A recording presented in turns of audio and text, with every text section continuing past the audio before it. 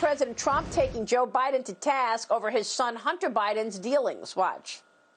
China ate your lunch, Joe, and no wonder your son goes in and he takes out billions of dollars. Takes out billions of dollars to manage. He makes millions of dollars. And also, while we're at it, why is it, just out of curiosity, the mayor of Moscow's wife gave your son $3.5 million. What did he do to deserve it? What did he do with Burisma to deserve $183,000? You've asked your question, let him answer. None of that is true. Oh, really? Totally, Mr. President, Mr. President, please. Totally discredited. Totally discredited.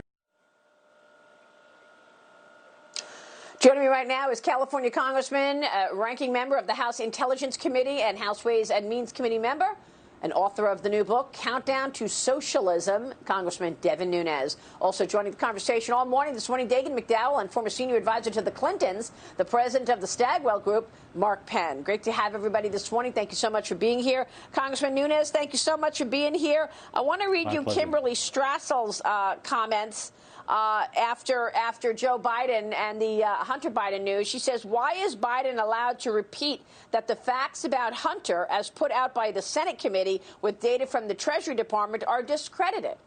Every newspaper has quoted the money Hunter took from Ukraine to China. It's all true. Even Hunter admitted it. And yet Biden stands there last night and says it was all debunked.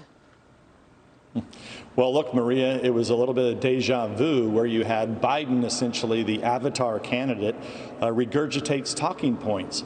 And it was like being in an alternative universe. You had Biden still last night accusing Trump of having something to do with Russia. And meanwhile, no one in the mainstream media, including last night, pushed for Biden to answer the question. You've been attacking Trump and Republicans for having something to do nefarious with Russia for 4 years now, and he won't answer the question why his son took $3.5 million from a well-known Russian oligarch with ties to Putin. It's simply amazing that he's not pushed to answer that question. It really is, Congressman. And of course, we got the Senate Intel report this week that showed that they wiped 29 phones in the Mueller investigation. And then this declassification last night from John Ratcliffe, breaking news that I first reported years ago about speculation that this was in fact the case. It's a bombshell. New Crossfire Hurricane documents released by DNI, John Ratcliffe. And Ratcliffe outlines it in a letter to Judiciary Committee Chairman Lindsey Graham that Hillary Clinton approved a plan to link then-candidate Donald Trump to Putin and the Russian hacking of the DNC.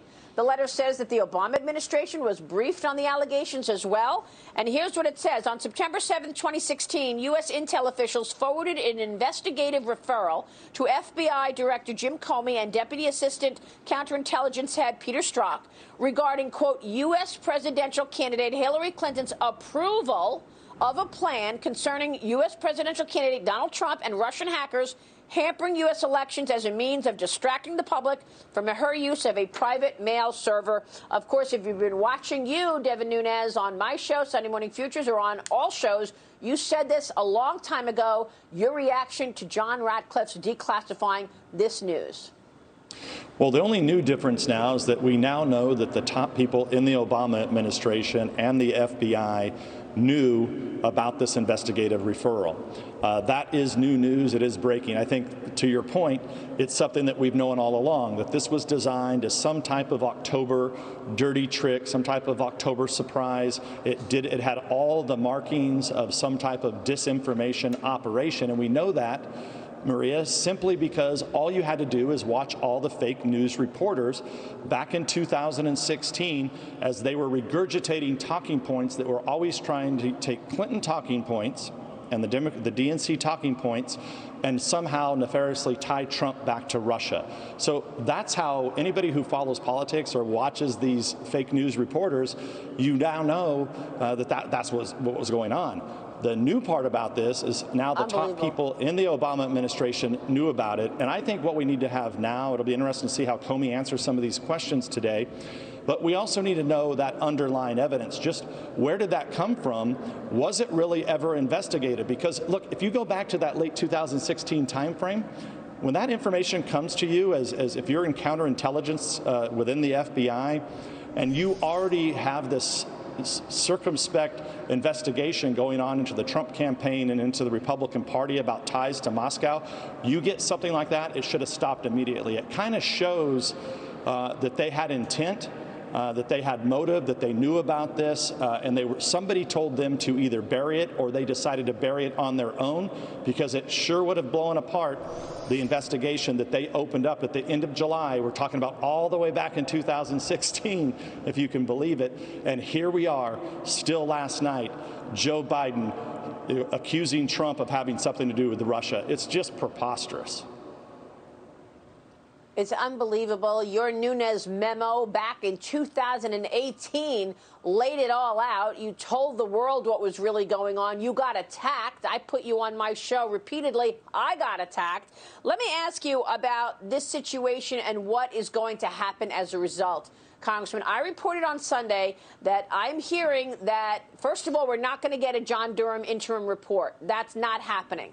And it's unlikely we're going to get indictments before the election, because there's this debate going on at the DOJ that if Durham comes out with his conclusions for the criminal investigation before the election, it might seem motivated by politics. Are we going to see accountability? And what do you make of now this new information that Durham has expanded his investigation to actually look at the Hillary Clinton email scandal as well? So the answer is we truly don't know. I know that you have your sources, but I don't know that, because I believe that Durham is running a legitimate investigation. Compare this to what the Mueller team did with that whole witch hunt. You know, we knew every day there were new bombshell leaks, which now we know from the text messages, Maria, that came out just last week, that these FBI agents essentially knew at the time that I think they used the term going from supposition to supposition, essentially chasing conspiracy theories from the FBI agents that were working on the Mueller team. Compare that to Durham. Very few leaks. The only thing we know from Durham is he's put one guy has pled guilty, one of the main lawyers that was one of the engineers on this. As I've said before many times on your show, this is a huge, sprawling conspiracy that has to be unwound, because it involves people, every branch of our intelligence agencies, for one, including the Department of Defense, including whatever was going on over in England and the UK with that Cambridge group. And I know your viewers understand what I'm talking about, but this is a huge investigation. Look, I would like to see some type of interim report. I would like to know before this election, before we vote, what exactly the other side, the Democrats, were doing back in 2016. And I think the American people should know this. I mean, I think the DOJ has a responsibility. If there's something that they can show the American people before the election, I think they have a duty and responsibility to do it, because I will tell you, once you get past the election, there may be a bunch of people that get indicted, but you could have a lot of Americans scratching their heads saying, wow, I wish I knew that before I made my vote. And look, once again, you had to have Donald Trump had to bring this up last night directly to Joe Biden, because no one's asking Biden the questions of what was his involvement. President Trump said, why did you bring up the Logan Act? Biden didn't answer that question. I just want to, Maria, I don't know if you mind or not, but last night, Biden had very little content in that debate. Matter of fact, there were only two things that I could make sense of that he actually said of any consequence. One, he was going to raise the tax rate back up to 28%. Now, you know this. Before the tax cuts were put in effect, jobs were leaving overseas, so I guess that's going to continue. The other thing is that if you're in a Democratic-run state or a Democratic-run city, we're going to continue to be on lockdown in those cities and states. That's Biden's plan to solve the coronavirus. I mean, come on. And then there was all these unanswered questions that Biden refused to answer last night. Yeah, it's true. Let me bring Mark Penn in real quick, Mark, because you've run debate preparation. You've run strategy and analysis for presidents and numerous presidential candidates in the past. Do you think Biden got away with being able to dodge important questions, as the congressman's talking about? Well, having done that, I thought Biden was incredibly well prepared for the debate. But I was really quite surprised that on the court packing question, the filibuster question, he was allowed to say, quote, answering the question would be a distraction.